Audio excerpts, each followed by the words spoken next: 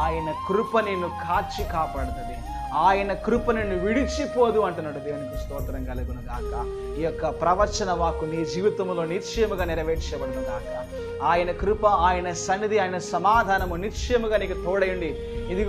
ఇదిగో నువ్వు ఏ యొక్క త్రాగుడుకు బానిసత్వమై, ఇదిగో నువ్వు ఏ బలహీనతకు, దేనికి నువ్వు బానిసైనవో ఈరోజు నా ప్రభు నీతో మాట్లాడుతున్నాడు.